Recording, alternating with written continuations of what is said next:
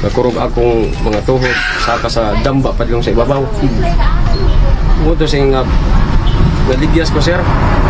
Pagkaligyas na ako, dala akong gipasan nga kahoy. Nahulog ko pa doon sa silong kay wala na ako makraro akong kanang kaya lipong naman ko. Oh, pagkahulog na ako sa padlong sa silong, dito ay napakog niya akong ulo sir. Oh, 27 ni kakuan. Tahi gyud guba akong ulo. Nawala na akong kahimot sir. Gidala ko nila sa ospital.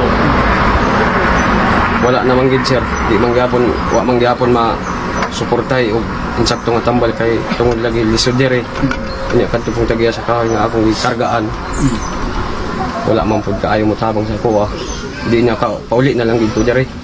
Mo dayon tong kaning akong sakit. Gipuyo na lang nako dire sa balay. Napasagdan na dayon sir. Wa na matarong og check up. Hanto dayon nga mo ni naglala na ginuon akong mata sir.